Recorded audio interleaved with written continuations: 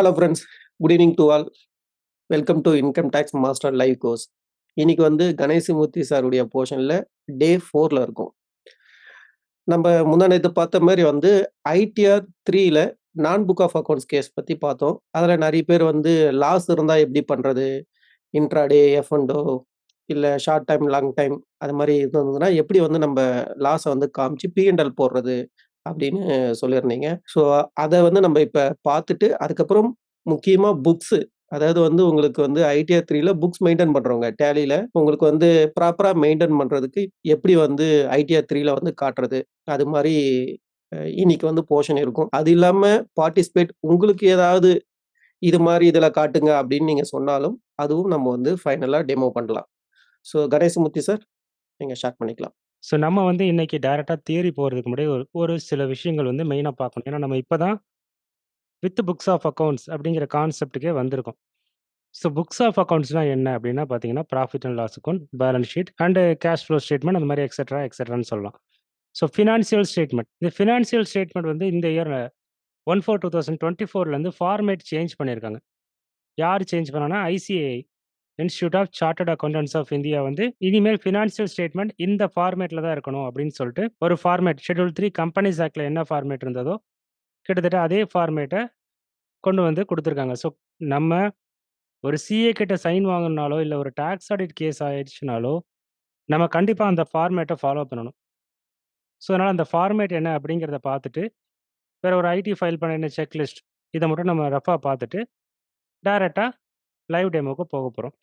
And carry forward and set off loss வந்து அதுவும் நம்ம இன்னைக்கு தான் பார்க்க போகிறோம். ஏன்னா புக்ஸ் ஆஃப் அக்கௌண்ட்ஸ் உள்ள கேஸில் தான் நிறைய அது வரும். So carry forward and set off loss எந்தெந்த கேட்டகரிக்கு எப்படி எப்படி கேரி ஃபார்வர்ட் பண்ண முடியும், அதை செட் ஆஃப் பண்ண முடியும். ஸோ மேக்ஸிமம் ஒரு ½ அன் ஹவருக்குள்ளே இந்த தியரியை நம்ம கம்ப்ளீட் பண்ணிட்டு அடுத்த ½ அன் ஹவர் வந்து நம்ம ஃபர்ஸ்ட் செட் ப்ராக்டிக்கலை கம்ப்ளீட் பண்ணுறது தான் இன்றைக்கி பிளான். ஓகேங்களா? ஸோ ஃபர்ஸ்ட் பார்த்தீங்கன்னா, ஒரு ஐடி ஃபைல் பண்ண என்னென்ன செக்லிஸ்ட் வேணும். இன்கம் டேக்ஸ் லாகின் கிரெடென்ஷியல் வேணும். அதாவது பேன் ஒன்று ஆதாரம் லிங்க் ஆயிருக்காங்கிறது தெரியணும். லாகின் இல்லைனாலும் நம்ம புதுசாக ரிஜிஸ்டர் பண்ண தெரிஞ்சிருக்கணும். அடுத்து form 16 for salary cases, salary கேஸாக இருந்தாலும் எனி அதர் கேசஸாக இருந்தாலும் ஃபார்ம் 26 ஏஎஸ், ஏஎஸ், டிஏஎஸ் இது 3 தேவை. எந்த ஐடிஆர் இருந்தாலும் இது வேணும். Bank statement and loan statement இதுவும் எந்த ஐடிஆர் இருந்தாலும் வேணும். அசட் பர்ச்சேஸ் அண்ட் சேல்ஸ், நீங்கள் எந்த ஐடிஆர் ஃபைல் பண்ணுறதா இருந்தாலும் அசட் பர்ச்சேஸ் அண்ட் சேல்ஸ் இருக்காங்கிறத நம்ம கண்டிப்பாக நம்ம கிளைண்ட் கிட்ட ஒரு டீட்டெயில் கேட்டு வாங்கிக்கணும்.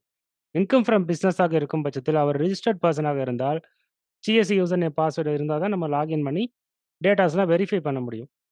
Previous year ITR, so previous year ITR வச்சு லாஸ்ட் டைம் என்ன இன்கம் டிக்ளேர் பண்ணியிருக்காங்க, எந்த செக்ஷனில் ஃபைல் பண்ணியிருக்குங்க. அடுத்து இதே புக்ஸ் ஆஃப் அக்கௌண்ட்ஸாக இருந்ததுன்னா கன்ஃபர்மேஷன் ஆஃப் அக்கௌண்ட்ஸ், அதாவது உங்கள் சப்ளையரோட இல்லை பையர்ஸோட லெஜர் காப்பீஸ் வாங்கி நம்ம கிராஸ் செக் பண்ணணும். ஓகேங்களா? அடுத்து வந்து இபி ரிசிப்ட், பிஎஃப், இஎஸ்ஐ இதெல்லாம் இபி நமக்கு தெரியும். நம்பரை வாங்கினாலே நம்ம இபி சார்ஜஸை எடுத்துட முடியும். ஈவன் அது 44 அடி கேஸாக இருந்தாலும் இபி நம்பர் வாங்கி இபி சார்ஜஸ் ப்ராப்பராக அக்கௌண்ட் பண்ணுவோம் நாங்கள். பிஎஃப், இஎஸ்ஐ ரிட்டர்ன், ஸோ ஒரு வேஜஸ் எழுதணும்னா பிஎஃப், இஎஸ்ஐ ரிட்டர்னில் இல்லாத ஒரு வேஜஸ் எழுதணும்னா பின்னாடி அதில் ஏதாவது ப்ராப்ளம் வர வாய்ப்பு இருக்குது. ஸோ அவங்க பிஎஃப், இஎஸ்ஐ ரிட்டர்ன் ஃபைல் பண்ணுறாங்களா அப்படிங்கிற டீட்டெயிலும் பேரோலும் நம்ம வாங்க வேண்டியது இருக்கும். Complete books of accounts, so ஒரு ஜிஎஸ்சி இருந்தாலே complete books of accounts maintain பண்ணணும் ஜிஎஸ்சிலால். ஸோ புக்ஸ் ஆஃப் அக்கௌண்ட்ஸ் அவங்க மெயின்டைன் பண்ணுறாங்களா? ஓகேங்களா? அடுத்து கேபிட்டல் கெயின் ஸ்டேட்மெண்ட், நம்ம முன்னாடியே பார்த்த மாதிரி short term capital gain, long term capital gain, F and O trading, intraday trading, so என்ன டைப் ஆஃப் செக்யூரிட்டி ட்ரேடிங்காக இருந்தாலும் அவங்க இந்த புரோக்கர் ஒரு ஸ்டேட்மெண்ட் கொடுப்பாரு. அதை பேஸ் பண்ணி தான் நம்ம அந்த டிரான்சாக்ஷனுக்கு அதுதான் புக்ஸ் ஆஃப் அக்கௌண்ட்ஸ். ஓகேங்களா? வேறு ஏதாவது ஓல்டு ரெஜிம் போகிறீங்க, நீங்கள் எக்ஸம்ஷன் டிடக்ஷன் ஏதாவது அவைலபிள் இருக்கா, இல்லை உங்களுக்கு எக்ஸம்ட் இன்கம் ஏதாவது இருக்கா? ஸோ பேசிக்காக இந்த டீட்டெயில் வந்து என்ன ஐடியாக இருந்தாலும் இந்த டீட்டெயில் வந்து நமக்கு அப்ளிகபிள் ஆகுமாங்கிறத பார்ப்போம். இது இல்லாமல் வேறு என்ன, வேறு ஏதாவது விட்டு போயிருந்தாலும் நீங்கள் சொல்லலாம், நம்ம ஆட் பண்ணிக்கலாம். ஓகேங்களா? ஸோ யாரெல்லாம் நேற்று சார் அனுப்பின வீடியோஸை பார்த்துட்டீங்கன்னா ரொம்ப ஈஸி, டக்கு டக்கு டக்கு டக்குன்னு போயிடலாம். பார்க்கலைன்னா ஸோ நான் ஒரு இடத்த விட்டு இன்னொரு இடத்துக்கு ஜம்ப் பண்ணி போகிற மாதிரி உங்களுக்கு தெரியும். இது எப்படி இங்கே வந்துச்சு, புக்ஸ் ஆஃப் அக்கௌண்ட்ஸ் சொல்கிறாரு, இது எப்படி வந்துச்சு, இது நமக்கு சொல்லவே இல்லையே அப்படிங்கிற மாதிரி தோணும். ஏன்னா அதனால தான் நாங்கள் நேற்று ஒன் டே வந்து அதுக்கு லீவ் கொடுத்து, லீவு கிடையாது உங்களுக்கு, எங்களுக்கு தான் லீவு. உங்களுக்கு வந்து அது லீவு கிடையாது. ஆக்சுவலாக 2 டேஸ் செஷன் கிட்டத்தட்ட உங்களுக்கு வந்து ஃபார்வர்ட் பண்ணியிருக்கு. அத நீங்க பார்த்தீங்கன்னா தான் இன்னைக்கு நாங்க டைரக்ட்டா ஃபைலிங்க்கு போறதுக்கு உங்களுக்கு யூஸ்ஃபுல்லா இருக்கும். ஓகேங்களா? பட் ஆனா அத நீங்க யுட்டிலைஸ் பண்ணலைன்னா, லாஸ் உங்களுக்கு தான். நீங்க நல்லபடியா கத்துக்கிட்டா தான் எங்களுக்குமே நேம். டாக்ஸ் அப்டேட் இன் தமிழ்ல நாங்க செஷன் அட்டெண்ட் பண்ணோம். ஸோ இவ்வளோ விஷயம் தெரிஞ்சுக்கிட்டோம். அத நீங்க யூஸ் பண்றீங்க அப்படிங்கிறப்ப தான் சந்தோஷ் சாருக்குமே அது ஒரு பெருமை. ஓகேங்களா? ஓகே. நீங்க பார்க்கல அப்படின்னா, மறக்காம நாளைக்காவது அத வந்து டக்குனு அத கன்டின்யூ பார்த்து பண்ணுங்க. அவ்வளோதான். ஆமா. ஓகே. ஓகே. ஸோ வந்து இதில நம்ம மேக்ஸிமம் இது எல்லாமே ஆல்ரெடி பார்த்துட்டோம். ஏஎஸ்னா என்னன்னு பார்த்துட்டோம். டிஏஎஸ்னா என்னன்னு பார்த்துட்டோம். நான் நேத்து பிராக்டிகலா எக்ஸ்ப்ளைன் பண்ணும்போது அது ஒரு பேஜ் சம்மரி. டிஏஎஸ்ங்கிறது 1 பேஜ் சம்மரி. ஏஎஸ்ங்கிறது கம்ப்ளீட் பிரேக்கப் இருக்கும் அப்படிங்கிறத சொல்லிட்டேன். ஓகேங்களா? ஸோ டிஏஎஸ்க்கும், ஏஎஸ்க்கும் என்ன பெனிஃபிட்? ஏஎஸ்ல எத்தன டீட்டெயில்லாம் ஆட்டோ பாப்புலேட் ஆகுதுன்னு பார்த்தீங்கன்னா, ஒரு 57 டைப் ஆஃப் டிரான்சாக்ஷன் அப்ராக்ஸிமேட்லி. ஓகேங்களா? ஒரு 57 டைப் ஆஃப் டிரான்சாக்ஷன் வந்து ஆட்டோ பாப்புலேட்டட் இன் ஏஎஸ். ஸோ இத லிஸ்ட்டும் நான் வச்சிருக்கேன். இத நீங்க ரெஃபர் பண்ணி பார்த்துக்கங்க. ஸோ அடுத்து நம்ம டாபிக் வந்து new financial statements. New financial statement format எப்பன்னா 1/4/2024 அதோட ஃபார்மேட் வந்து சேஞ்ச் பண்ணியிருக்காங்க. ஃபினான்சியல் ஸ்டேட்மெண்ட்னா என்னன்னா, balance sheet, profit and loss account, cash flow statement. Cash flow statement எல்லாருக்கும் அப்ளிகபிள் ஆகாது. ஒரு குறிப்பிட்ட டர்ன் ஓவருக்கு மேல போறப்ப தான் அந்த கேஷ் ஃப்ளோ ஸ்டேட்மெண்ட் அப்ளிகபிள் ஆகும். ஸோ நம்ம ஃபினான்சியல் ஸ்டேட்மெண்ட்னா இந்த 3 ஸ்டேட்மெண்ட் பிளஸ் அதோட ஷெட்யூல்ஸ் இது எல்லாமே. ஸோ ஒரு ஃபினான்சியல் ஸ்டேட்மெண்ட் எப்படி இருக்கும் அப்படிங்கிறத சுத்தி சொல்றது வந்து அக்கவுண்டிங் ஸ்டாண்டர்ட்ஸ். ஸோ நமக்கு வந்து இந்தியன் அக்கவுண்டிங் ஸ்டாண்டர்ட்னு நான் பேங்கிங் ஃபினான்சியல் கம்பெனிஸோ, லிஸ்டட் கம்பெனிஸோ இந்த அக்கவுண்டிங் ஸ்டாண்டர்ட ஃபாலோ பண்ணணும். அதுபடி தான் பி&எல் பேலன்ஸ் ஷீட் வந்து இருக்கணும். இதே வந்து கம்பெனிஸ் ஆக்ட் கம்பெனிய பொறுத்தவரைக்கும் கம்பெனிஸ் அக்கவுண்டிங் ஸ்டாண்டர்ட் ரூல்ஸ்ன்னு ஒண்ணு இருக்கு. ஸோ அத பேஸ் பண்ணி தான் ஆ என்ன சொல்றது? கம்பெனிஸோட ஃபினான்சியல் ஸ்டேட்மெண்ட் ப்ரிப்பேர் பண்ணணும். அதே மாதிரி ஒரு நான் கார்ப்பரேட் என்டிட்டீஸ்க்கு இதுவரைக்கும் எந்த ஏஎஸும் கிடையாது. அதாவது எப்படி ப்ரிப்பேர் பண்ணணும்? ஒரு அக்கவுண்ட்ஸ எப்படி ப்ரிப்பேர் பண்ணணும்? எப்படி பிரசன்ட் பண்ணணும்னு எந்த ஒரு கைட்லைனுமே கிடையாது. அதனால தான் ICAI Institute of Chartered Accountants of India அவங்க வந்து தனியா ஏஎஸ் வந்து பிரிஸ்கிரைப் பண்ணியிருந்தாங்க. ஓகேங்களா? அதர் தேன் கம்பெனிஸுக்கு கூட. ஸோ அப்படி இருக்கிற பட்சத்தில் அவங்க என்ன சொல்லியிருக்காங்கன்னா, இப்ப 2022ல நான் கார்ப்பரேட் என்டிட்டீஸ்க்குன்னு ஒரு சாம்பிள் ஃபார்மேட்டே குடுத்துட்டாங்க. நான் கார்ப்பரேட் என்டிட்டீஸ்னா யாருன்னா, other than companies and LLB.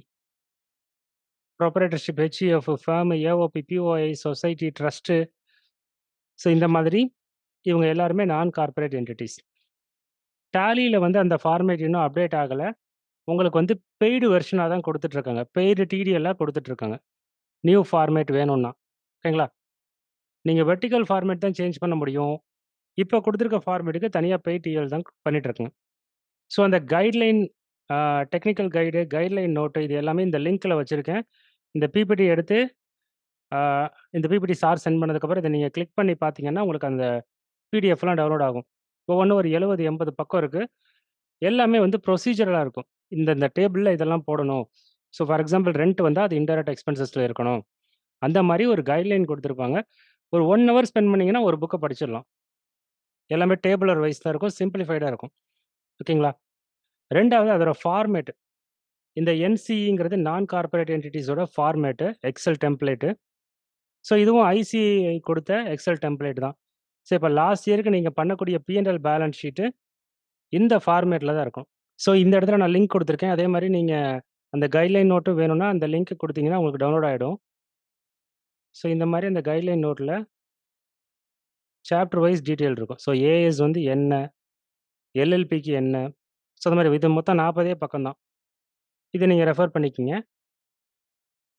அந்த எக்ஸல் எங்க இருக்கு? எஸ். இதுதான் வந்து இப்ப புதுசா உள்ள ஃபினான்சியல் ஸ்டேட்மெண்ட் ஃபார்மேட்.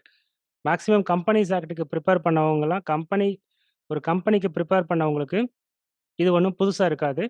ஆனால் 44 ரெடி கேஸஸ் பிரிப்பேர் பண்றவங்களுக்கு இது வந்து புதுசா இருக்கும். அதாவது கம்பெனிஸ்க்கு இதுவரைக்கும் நீங்க பி&எல்லே பிரிப்பேர் பண்ணதில்ல. அப்படிங்கிற உங்களுக்கு இது புதுசா இருக்கும்.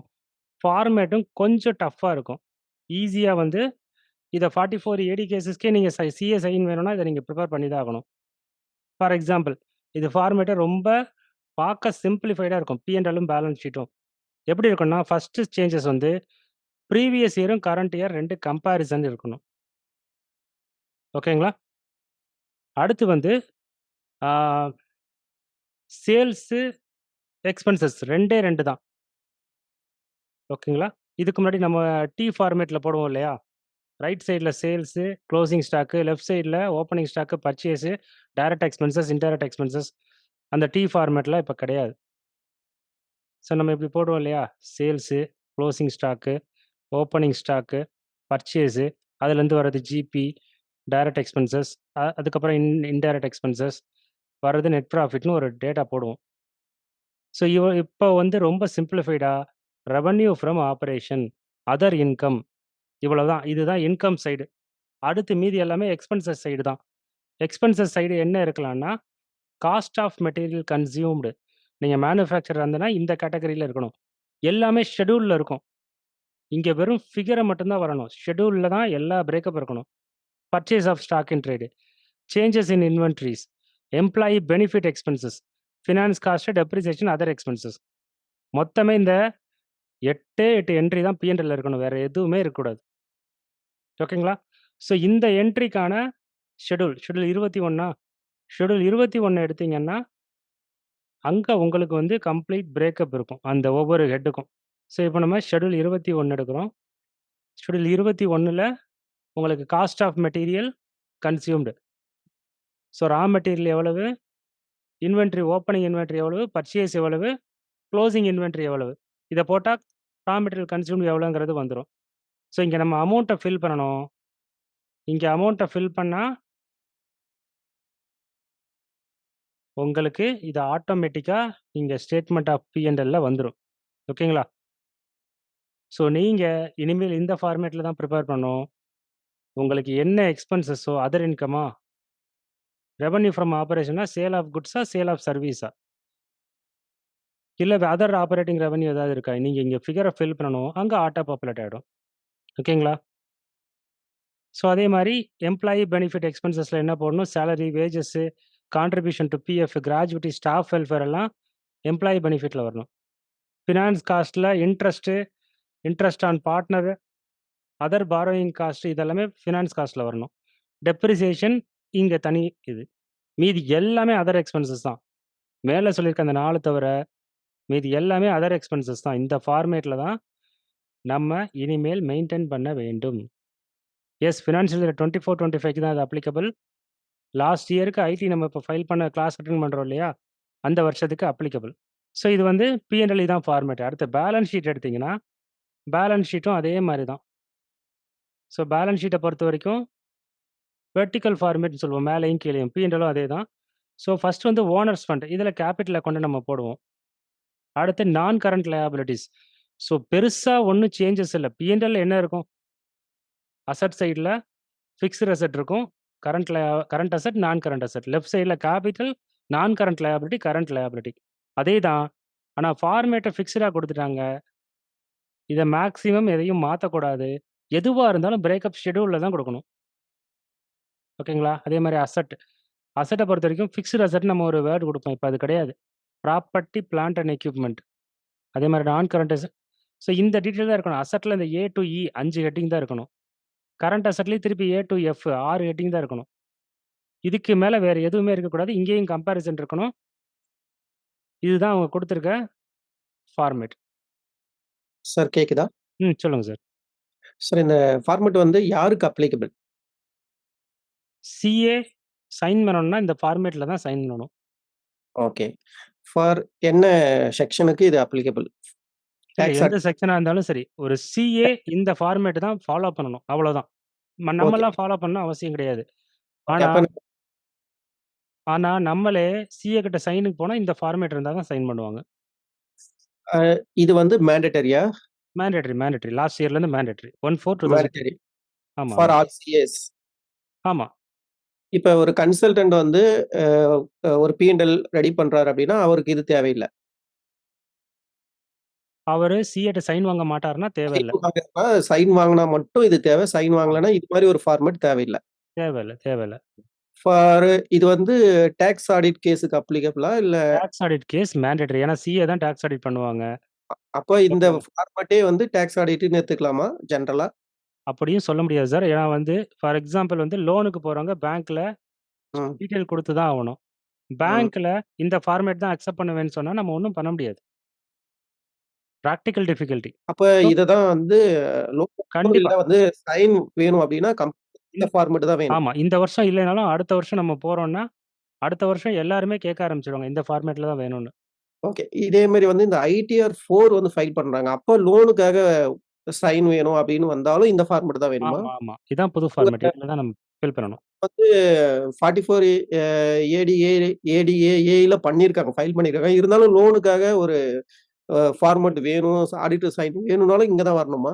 ஆமா. இந்த ஃபார்மேட்ல தான் பண்ணியாகணும். ஓகே. டன். ஓகே. ஸோ இதுதான் நியூ ஃபார்மேட்.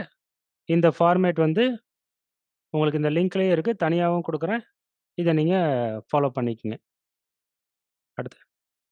பேலன்ஸ் ஷீட் நம்ம சொன்ன மாரி, இந்த ஹெட்டிங்கா மாறிருச்சு. ஓனர்ஸ் ஃபண்ட் ஈக்விட்டிங்கிறது ஓனர்ஸ் ஃபண்ட். லியாபிலிட்டி 2ஆ பிரியுது. Current and non current liabilities. Asset வந்து கரண்ட் அண்ட் நான் கரண்ட் அசெட்ன்னு 2ஆ ஸ்ப்ளிட் ஆகுது. ப்ராஃபிட் அண்ட் லாஸ் அக்கவுண்ட் இன்கம்னு மேல அது கீழ எக்ஸ்பென்சஸ். அவ்வளோதான். 2டே ஹெட் தான். கேஷ் ஃப்ளோ ஸ்டேட்மெண்ட் 90% யாருக்கும் அப்ளிகபிள் ஆகாது. ரவுண்டிங் ஆஃப் இது நியரஸ்ட் 100ல தான் வேல்யூ இருக்கணும் அப்படின்னு சொல்றாங்க. ஓகேங்களா? ஃபார் எக்ஸாம்பிள் வந்து இப்ப நம்ம வரைக்கும் ஒரு டர்ன் ஓவர் 3,42,342,055 இந்த வேல்யூவ அப்படியே நம்ம ப்ராஃபிட் அண்ட் லாஸ் அக்கவுண்ட்ல சேலா டிக்ளேர் பண்ண முடியும். நம்ம அப்படிதான் இதுவரைக்கும் குடுத்துட்டு இருக்கோம். ஐடிஆர்ல பண்றப்ப இந்த பைசா வராது. ரவுண்ட் ஆஃப்ல குடுப்போம். ஆனா இனிமேல் மினிமமே 100ல தான் ரவுண்ட் ஆஃப் பண்ணணும். அதாவது 2 டிஜிட் எடுத்துறணும்.